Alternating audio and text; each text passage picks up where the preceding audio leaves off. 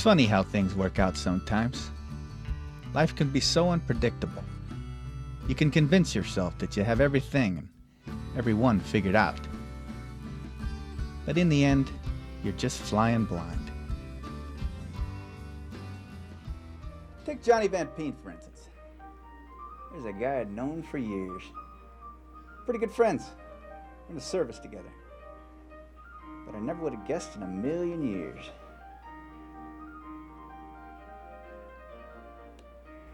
That Johnny would do what he did. Even back in the service, I knew Johnny was a bleeding heart, aching to be loved, to be needed. A real humanitarian. I always figured he'd get over it. When he was discharged, he moved to LA and bought a house. He started collecting. Not stamps, not coins, not refrigerator magnets, not Johnny Van Peen. He started collecting people. Rejects, indigents, junkies, freaks. In effect, Johnny had started his own homemade halfway house, where he could care for those who could not care for themselves. A noble cause, but in Los Angeles, illegal as hell. And that's where I came in.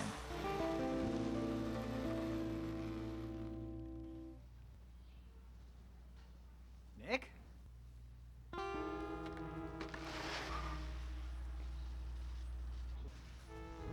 Nick Frontis, you old son of a bitch. How you doing, Johnny? Good. I'm doing good. I haven't seen you in 9.5 years. Wow, has it been that long? Yep. 9.5 years. Wow. 9.5 years. 9 years and 6 months. Kind of hard to believe. 9.5, Johnny.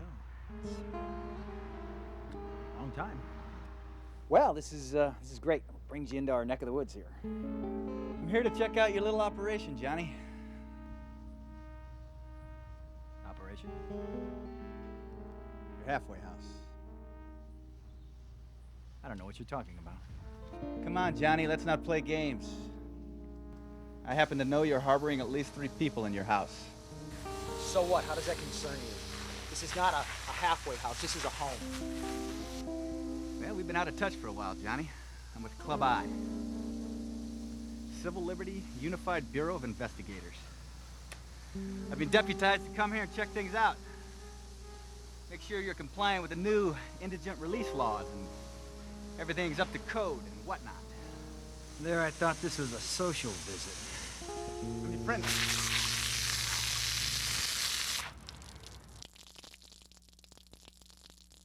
Sorry about that.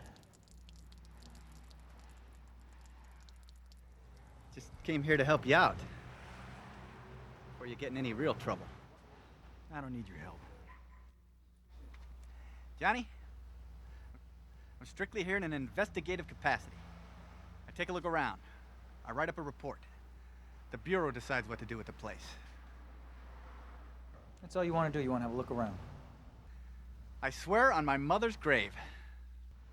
All right, you can come in.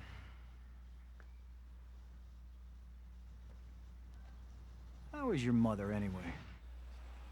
She's dead, Johnny. It's too bad.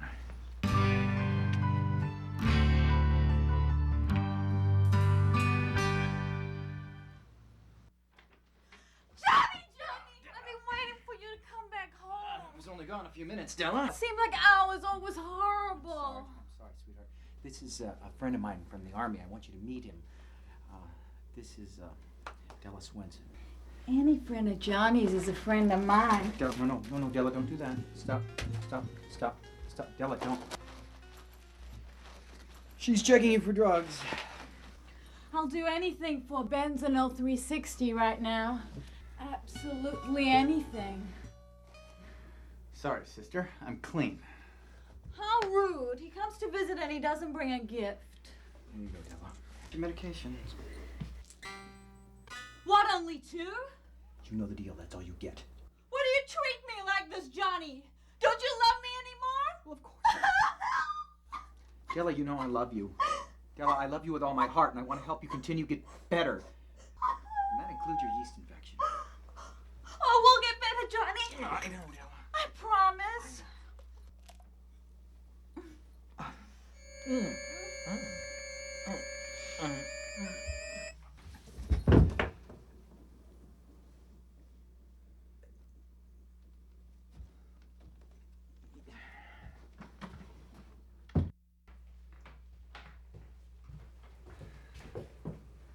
So, I didn't know you were dispensing drugs here, Johnny. Nah, giving her placebos and telling her it's a real thing. Top of which I'm cutting down on her dosage. That's the way she thinks she's cured herself. Oh, that's ingenious, Dr. Van Peen. I'm just trying to help the girl out, that's all.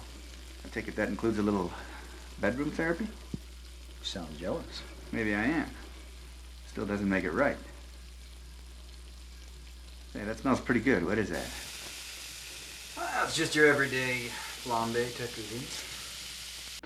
General, as I recall, I think I quote this verbatim as the legal bulwark of the Communist Party.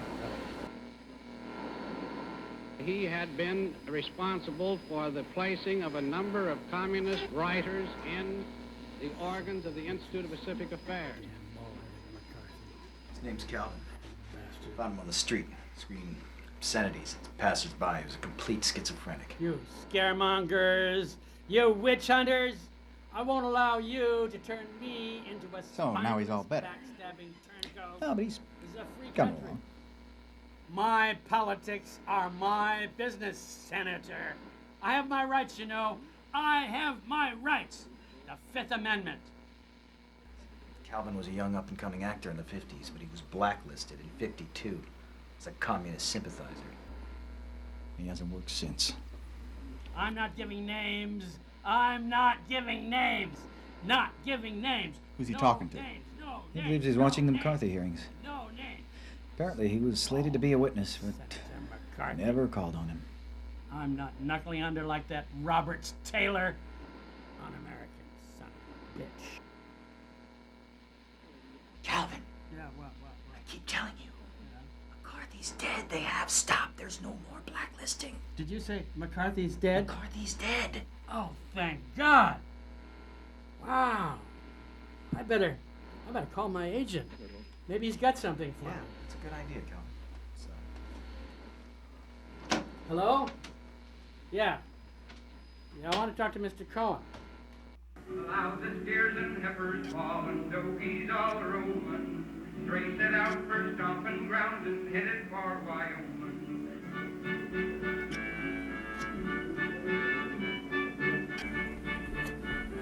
His name's Susskind.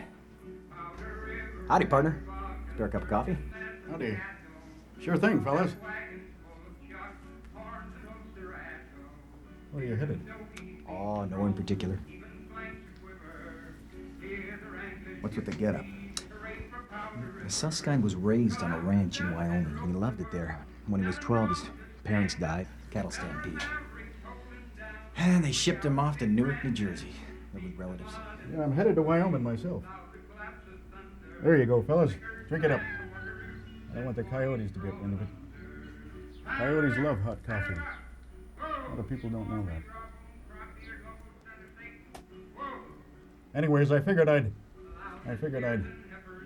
head east on Sunset, and then more east, all the way to Wyoming. Take a wife, raise a family, have a few head.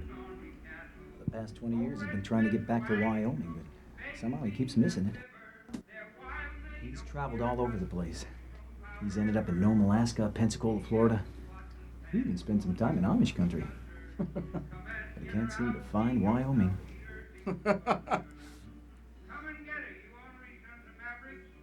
Yeah, I went up the Snake River once in a canoe.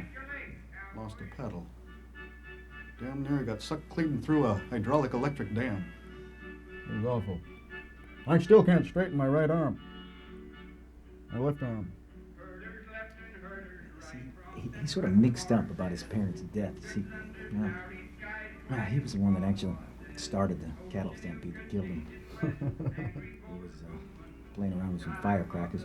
Well, anyway, it's that guilt, misguided sense of denial just kept him from getting back to Wyoming, no matter how hard he tries.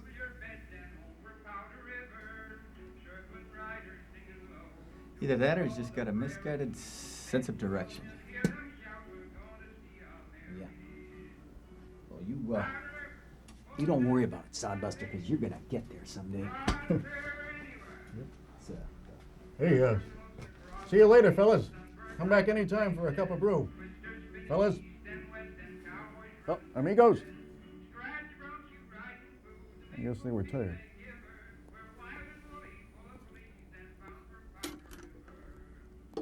Attaboy. It was obvious to me after looking the place over that the Bureau was not going to let Johnny keep operating his house. The only problem was how to tell him.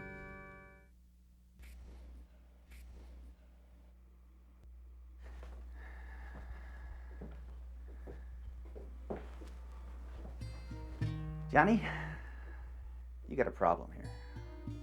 what's that, Nick? I'm gonna be straight with you. We've been friends a long time, since boot camp. Actually, we weren't friends in boot camp. It wasn't later until we were stationed at Bragg that we started hanging out together.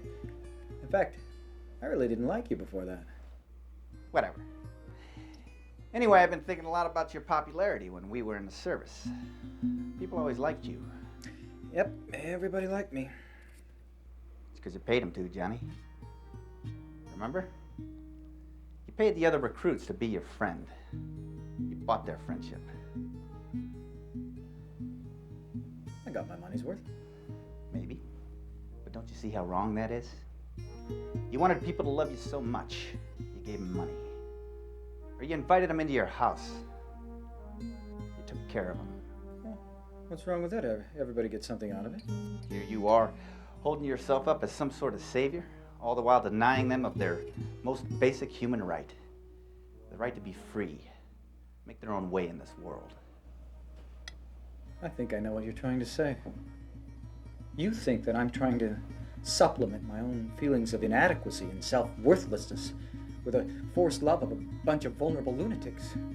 You think that my quest for uncritical love is wrought out of years of youthful isolation, a young boy whose parents ignored him, who was ostracized by the neighborhood kids, who cried himself to sleep each night with a fervent hope that someday he would be loved for the good-hearted soul he was. Well, I didn't say that exactly. No, that's what you meant. Johnny, you're gonna have to face the facts. The law says you can't allow people into this house and provide a maid unless they present a danger to themselves or to others. Well, they're not dangerous. Exactly. In which case, the law says you have to let them go. Well, what if I refuse? And the Bureau sends in an assault team. Bring this house down. Tear gas, battering rams, M16s, snipers, stun guns.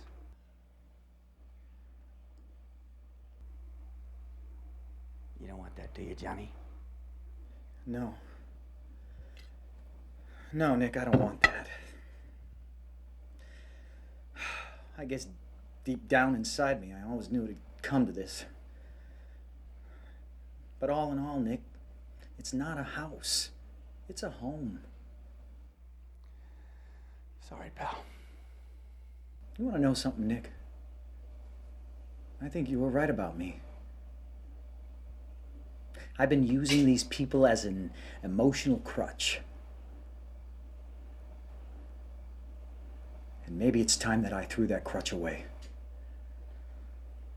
I must let my people go. Every day I wait by the open gate.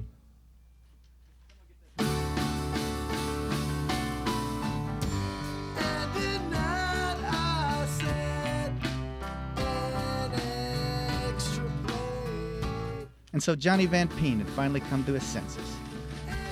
I helped him load his hapless, ragtag group of human retreads into my car for their short drive to freedom.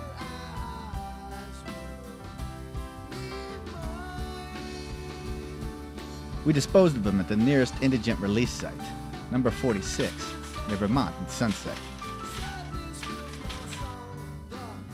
first, Johnny was hesitant to leave them there like that, but I reminded him that this was Los Angeles, home of the largest mentally ill population in the world, and his people would feel right at home.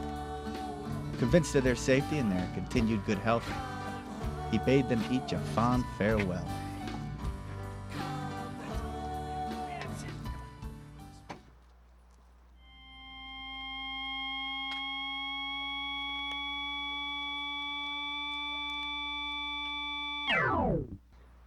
There you go, Della. Don't spend it all in one crack house. Don't leave me, Johnny. No, I have to, Della. It's the only way I'll ever learn to love, or be loved unconditionally. Plus, I'll get thrown in jail if I don't. I don't need anything, Johnny. Really, I don't. All I need is you and maybe a handful of Percadrol. I think you'll find you won't even need that, Della. Go ahead. Knock yourself out if you can. They're candy. You can buy them at any Fanny Farmer's. What? You mean? You're cured, Della. The only thing you're hooked on is a sugar rush. I suggest that in the future you try M&Ms. They're cheaper, and they come in different colors. I'm gonna miss you, Johnny. I know, Della. Like a bad habit. I gotta go.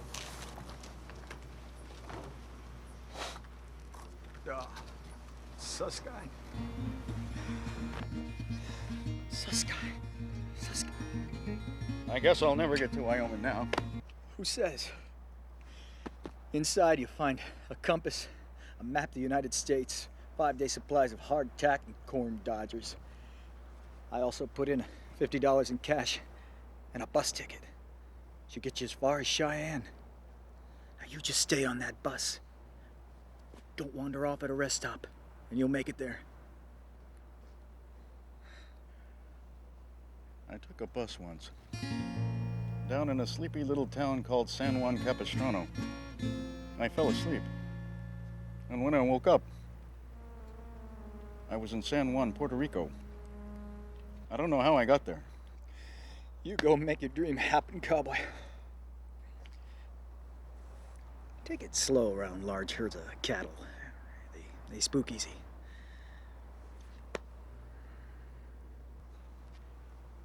Where's the bus stop? It's,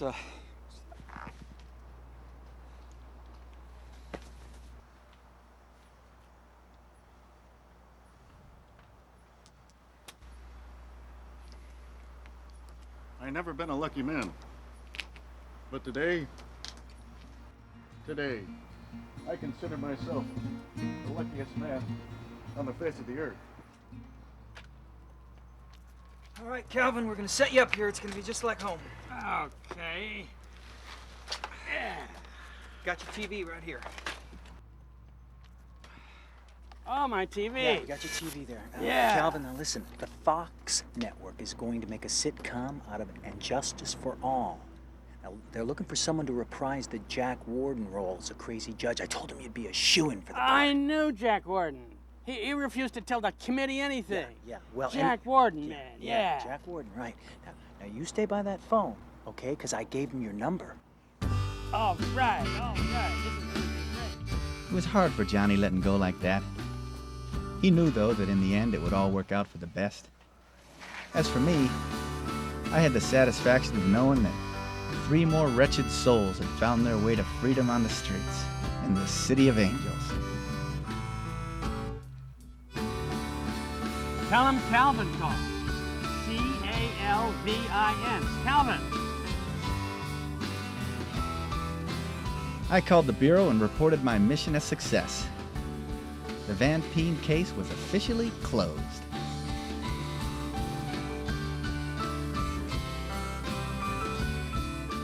As for Johnny, I predicted he'd get over his heartache and loneliness in time, and he'd build a new life for himself. A normal life, completely devoid of love and compassion.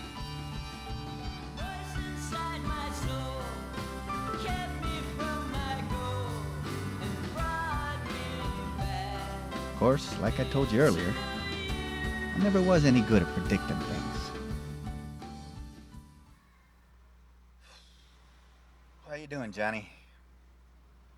I don't know, Nick. I feel sort of empty. Empty and alone. Hang in there, soldier. You'll get over it. We all do. Well, my work's done here. I got a long drive ahead of me, and You want to stay for dinner? bad. I got that flambe tetrazzini. It's all done. It's cooked. Got some fresh cut green beans, potatoes, au gratin potatoes. Got Bavarian upside down cake for dessert. Yeah? All right. What the heck? I'll stay for dinner. Why not? Oh, sure. Why not? I was always a sucker for a good home-cooked meal, and Johnny Van Peen gave good kitchen. I stayed for dinner, and the next morning I stayed for breakfast. And later lunch. And then dinner again. That was a year ago, and I'm still here. How was the braised Catalonian filet? Outstanding, Van Peen. Ready for dessert? I'm always ready for dessert. I'll be right back. I never would have believed it myself. But all in all, I could have done a lot worse for myself. You get free room and board. Don't have to go to work. I can catch up on my reading. It's a dog's life? Maybe. But who are you to tell me how to live? They say you can't always go home, but sometimes halfway home isn't as bad as it sounds.